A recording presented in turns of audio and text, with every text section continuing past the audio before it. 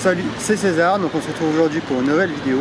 Aujourd'hui ce sera une présentation de livres, donc je vais vous parler de 3 ouvrages, de 3 livres qui ont marqué mon éducation durant toutes mes années scolaires, enfin durant la dernière partie de mes années scolaires. Donc le premier ouvrage c'est L'électromagnétisme, fondements et applications. Le second ouvrage c'est Marketing Management, la 15e édition. Et le dernier ouvrage, c'est The Undercover Economist. Alors en effet, je souhaitais vous parler de cet ouvrage de l'électromagnétisme parce que c'est à partir de cet ouvrage que j'ai notamment fait toutes les fiches de révision que j'ai publiées sur mon site Beyond Success Motivation. Alors pourquoi cet ouvrage? Parce que cet ouvrage est vraiment très bien fait, il part des bases vraiment de l'électromagnétisme. Alors ce livre d'abord présente tout ce qui est le champ électromagnétique, les dipôles. On passe ensuite avec les différentes lois qui régissent l'électromagnétisme et la distribution de charge, l'électricité, donc la loi de Coulomb, les champs électrostatiques, le théorème de Gauss. Donc on verra vraiment tous les théorèmes. Et après toutes les lois et propriétés associées au champ magnétique, telles que la loi de Biot et Savart, les potentiels vecteurs, les solénoïdes, etc. Après on passera vraiment à tout ce qui sera induction électromagnétique, donc avec les équations de Maxwell, Maxwell-Faraday, Ampère-Gauss. Et ce livre termine sur la supraconductivité. Ce livre reprend vraiment les bases, donc nous avons l'alphabet grec, les différentes notations, les unités dans le système international. C'est vraiment très basique pour fixer le problème. Nous avons aussi également une biographie de chaque scientifique qui ont participé, donc tels que Maxwell, Gauss, Biot-Savart, etc. Ce livre est intéressant notamment parce qu'il donne des méthodes de travail, de comment aborder un problème, comment le résoudre. Donc ça veut dire se poser les bonnes questions. Est-ce que le système est isolé? Quelles sont les constantes? Qu'est-ce qu'on attend? Est-ce que c'est un raisonnement implicite ou alors un raisonnement explicite? Donc là c'est vraiment... quelque chose qui passe et tout, ça me stresse. Les questions qu'on peut se poser également pour résoudre un problème, c'est: les sources sont-elles décomposables en éléments simples? Est-ce qu'il y a un système de symétrie remarquable? Quelles sont les unités? Est-ce qu'on peut faire un bilan énergétique? C'est ce genre de questions qui nous poussent à chaque fois à résoudre le bon problème. Et ainsi, trouver la méthode adaptée. Comprendre l'électromagnétisme, c'est aussi comprendre le monde qui nous entoure. Par exemple, le livre nous permet de répondre à certaines questions dont on s'est déjà tous posé une fois au moins dans notre vie. Telles que: pourquoi la surface de la Terre est-elle chargée électriquement? Ça c'est une question. Une autre question qu'on pourrait se poser, c'est: pourquoi sent-on l'ozone dans l'atmosphère après un orage? Et après il y a des questions vraiment plus spécifiques, vraiment des questions très précises, telles que: on sait que le champ électrostatique terrestre est d'environ 130 volts par mètre. Et pourquoi ce champ magnétique est-il sans influence sur les êtres vivants sur Terre? Donc voilà les questions principales qu'on pourrait se poser. Il y a vraiment d'autres questions. Une question que tout le monde a dû se poser au moins une fois dans sa vie, c'est: pourquoi le ciel est bleu et quand le soleil se couche, pourquoi le ciel devient rouge? Chaque chapitre est découpé de la manière qui suit. Donc dans une première partie, il y a d'abord une introduction avec l'électromagnétisme, présenter les scientifiques qui se sont penchés sur cette question, à quelle époque et pourquoi. Après une définition des notions importantes, une démonstration de chaque notion, et ensuite des exercices par ordre de difficulté qui permettent de comprendre et d'assimiler les notions pour pouvoir les réexpliquer. Donc comme je dis souvent, pour comprendre une notion, l'assimiler et la réexpliquer, pour être sûr d'avoir compris, il faut être capable de la réexpliquer à un enfant de 5 ans. Et si cet enfant comprend, c'est que vous-même, vous avez compris et que vous êtes capable de transmettre cette information. Donc le second ouvrage est la 15e édition du Marketing Management. Donc ce livre vraiment pose les bases de ce qu'est le marketing, le commerce, les 4P, Place, Product, Price, Promotion, les 3P additionnels, les 4C, etc. Donc ce livre est divisé en 8 grandes parties. Donc la première partie c'est comprendre le marketing, qu'est-ce que le marketing. Après la deuxième partie ça sera vraiment sur les insights du marché. Ce qu'on entend par insight, c'est recueillir l'information et prévoir la demande et réaliser des études de marché. Comment sont réalisées les études de marché et comment Internet justement a pu modifier ces études de marché justement avec la concentration client, le data mining, les bases de données. La troisième partie est vraiment sur établir les liens forts avec le client, donc fidéliser un client sur le long terme, comprendre le comportement des consommateurs. Donc là, ce qu'on entend par ici, c'est la pyramide de Maslow. Donc je vais vous mettre ici.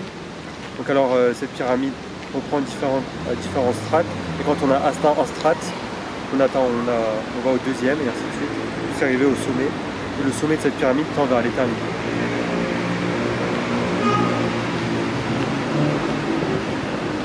Il y a également comprendre le marché business to business, donc ça veut dire d'entreprise à entreprise, par exemple les entreprises comme SAP, les sociétés de services SAP, etc., TN, Altran, AK. alors que par exemple les entreprises B2C, donc ça veut dire business to customer, donc là c'est vraiment directement au client. Amazon et tu fais du B2B, B2C, etc. Je vous ferai aussi d'autres vidéos. La quatrième partie vous explique comment construire une stratégie marketing avec des points forts, donc c'est-à-dire segmenter le marché et choisir ses cibles. Se positionner. La quatrième partie nous explique comment rédiger une stratégie marketing avec des points forts et des éléments clés. Donc tout d'abord, segmenter le marché et choisir ses cibles. Ensuite, se positionner.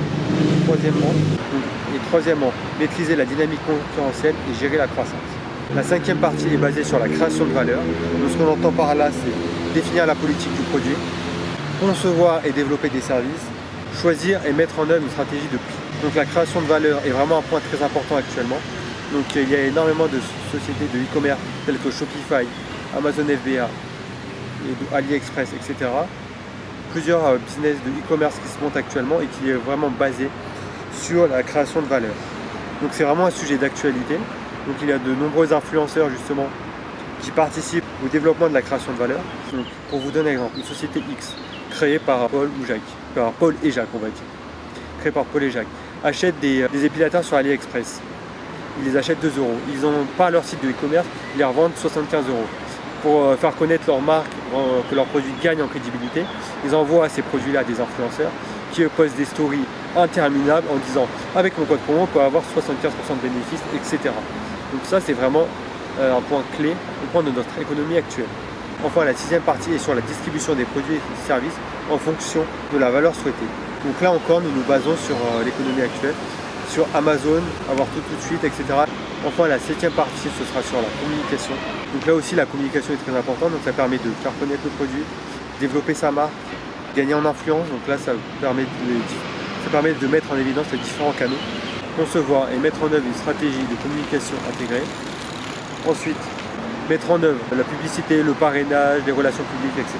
Comment réussir sa digitalisation, comment réussir la communication sur Internet, les médias, réussir la communication sur Internet, sur les médias sociaux, sur les applications mobiles, etc. Et enfin, le dernier point, c'est piloter la communication personnelle par le marketing direct, les bases de données et les propositions. Et enfin, la huitième et dernière partie est sur favoriser la croissance à long terme.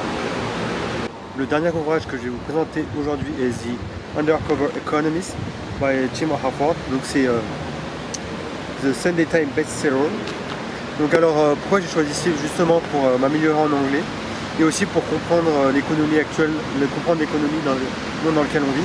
Je sais que l'économie avec internet, les plus spéculatives, l'immobilier est vraiment un monde en mouvement. Des fois j'ai du mal moi-même à cerner ce monde alors que je suis né dedans. Ce livre est assez vieux, il a été rédigé en 2006, mais il pose vraiment les bases de l'économie actuelle. Donc c'est-à-dire, à travers ce livre, on a l'explication de Starbucks. Pourquoi un café coûte beaucoup plus cher chez Starbucks que dans un bar ou alors dans un restaurant quelconque. En effet, parce que Starbucks ne vend pas du café. Starbucks vend une émotion. Starbucks vend une émotion, c'est-à-dire on se sent plus important quand on a son nom noté sur le café, etc. Ce livre met en avant aussi pourquoi le fair trade, commerce équitable, n'existe pas. Donc en effet, il y a une citation qui dit « Le commerce équitable, c'est les pauvres des pays riches qui donnent aux riches des pays pauvres. » Et c'est vraiment ça que j'ai toujours su, donc je parle pour ma part pour la Colombie parce que c'est le pays que je connais. Le commerce équitable, c'est n'importe quoi, ça n'existe pas. En effet, on a beau augmenter les prix, en effet, on a beau augmenter les prix, c'est-à-dire les prix, c'est-à-dire au niveau pour les consommateurs, les producteurs n'auront aucune augmentation de prix.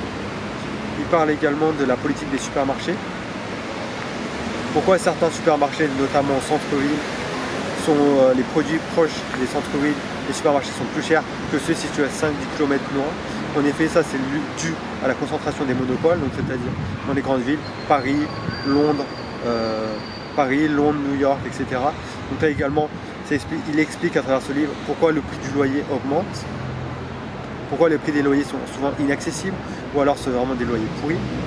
Il nous explique également pourquoi les pays pauvres restent pauvres. Il nous explique également que la Chine est un cas particulier qui a réussi à se hisser au sommet, Maintenant la Chine est au même point que les États-Unis, une des plus grandes puissances mondiales économiques.